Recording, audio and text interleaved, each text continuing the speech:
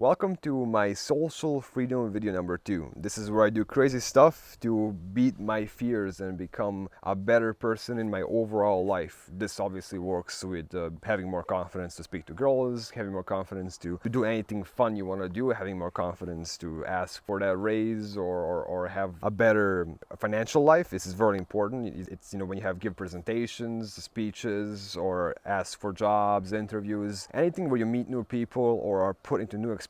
This mainstream word that most of you are learning right now called social freedom comes into the play. So this is a challenge I'm about to do on this camera publicly because it's part of a course I'm taking. This is a course I'm taking with my girlfriend. This is something that she's a little bit of a beginner right now, but I'm more of an experienced person who did social freedom exercises before, and I already beat a lot of these fears. This already helped me tremendously. As you see, I'm really shameless when I speak on camera, and it's something I'm learning right now.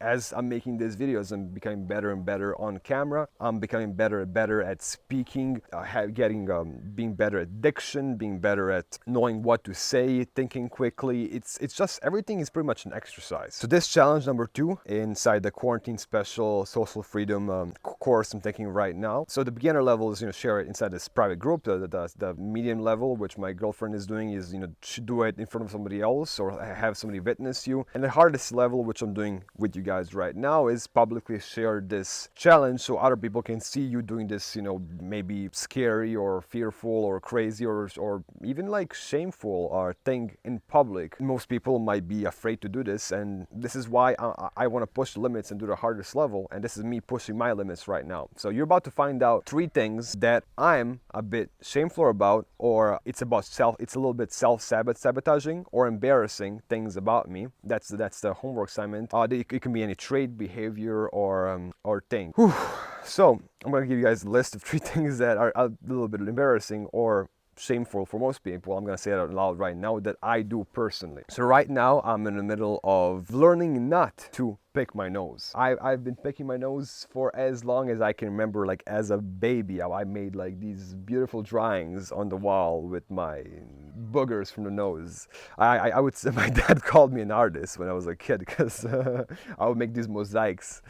So like I would, like, for as far back as I remember I'm alive when this lifetime, I had this finger or this finger really far up my nose. So it's something that only now I'm slowly learning, as I'm learning about myself and learning about emotional traumas, physical traumas, learned behaviors. And this is one behavior I unfortunately learned subconsciously directly from my dad.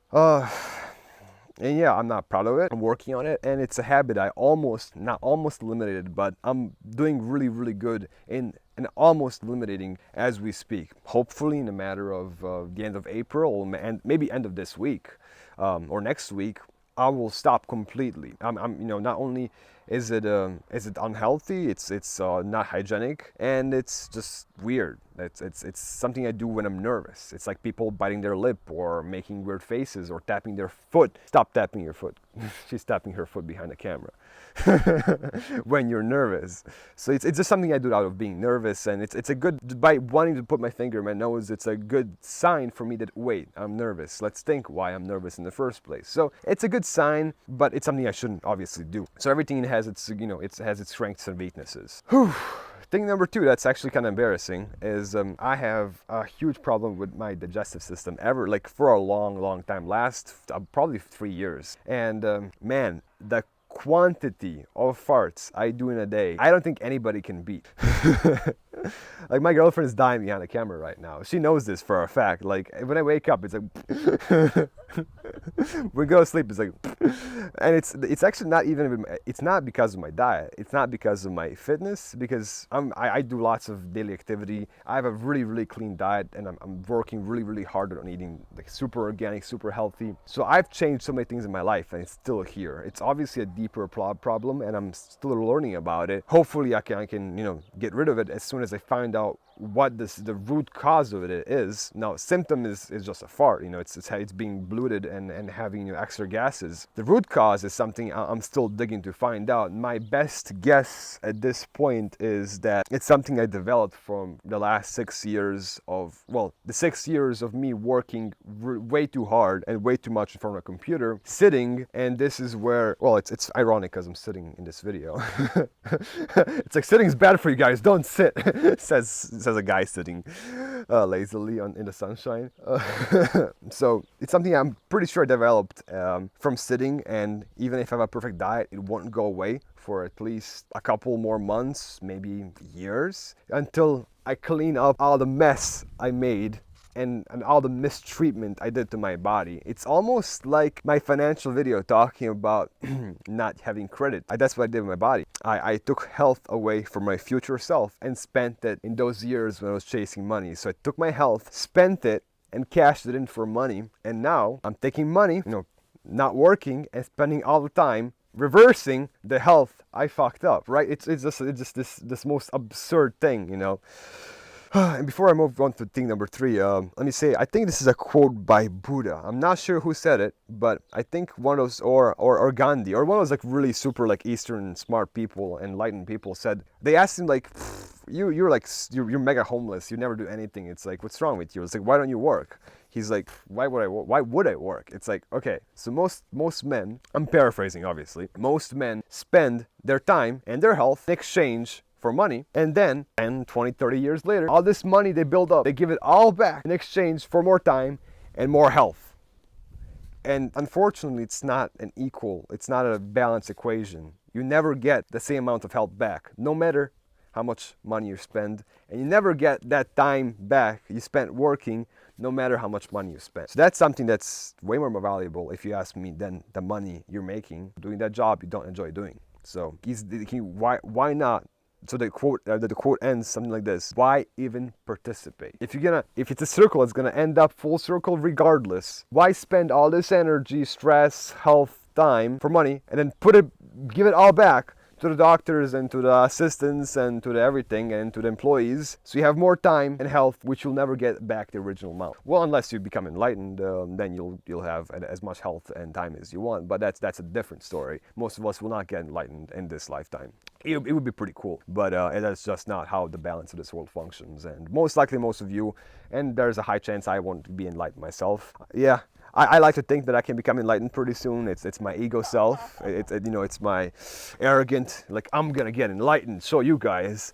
But that's not really how it works, does it? So you can't really force it. So yeah, most likely most of us will not get the health and time back, but we can stop spending it and be better from now on. And thing number 3, that's kind of embarrassing and it's shameful, and most people not say out loud, or let alone publicly, on a video on YouTube, is for the longest time ever, I hated cutting my nails. And until like, I think 2 years ago, my mom was cutting my nails for me, like my foot and my hands.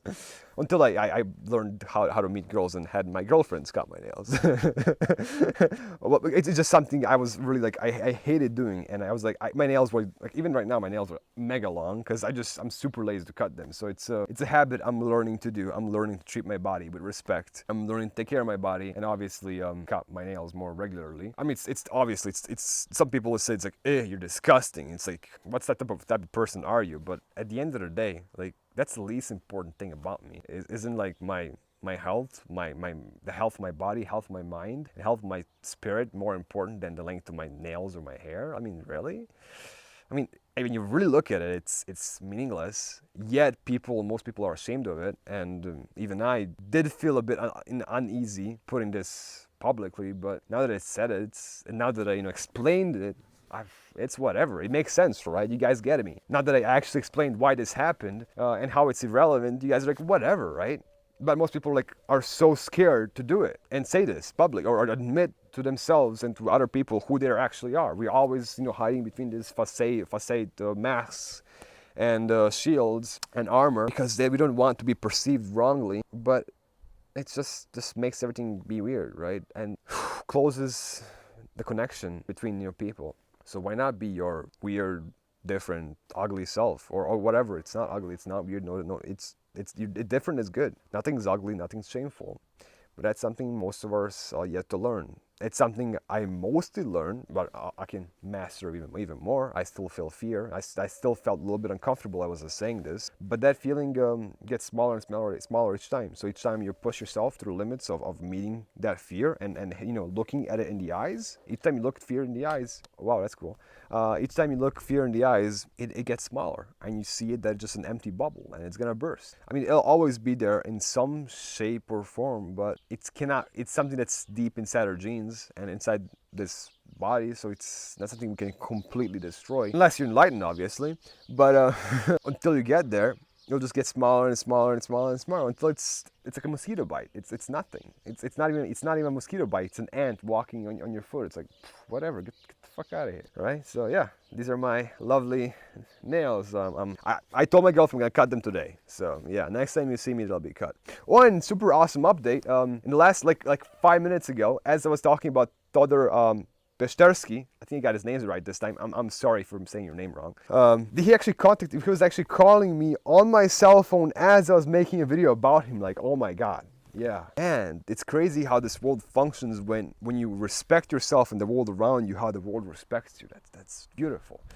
More about the next video. Thank you guys for making it till the end. And yet, you know what I'm gonna say right now? If you have not subscribed, yes, I'm gonna ask you to do that. It's what every YouTuber asks, but I'm not your everyday YouTuber. I'm asking you because I'm cool, and I think you should subscribe. Yeah.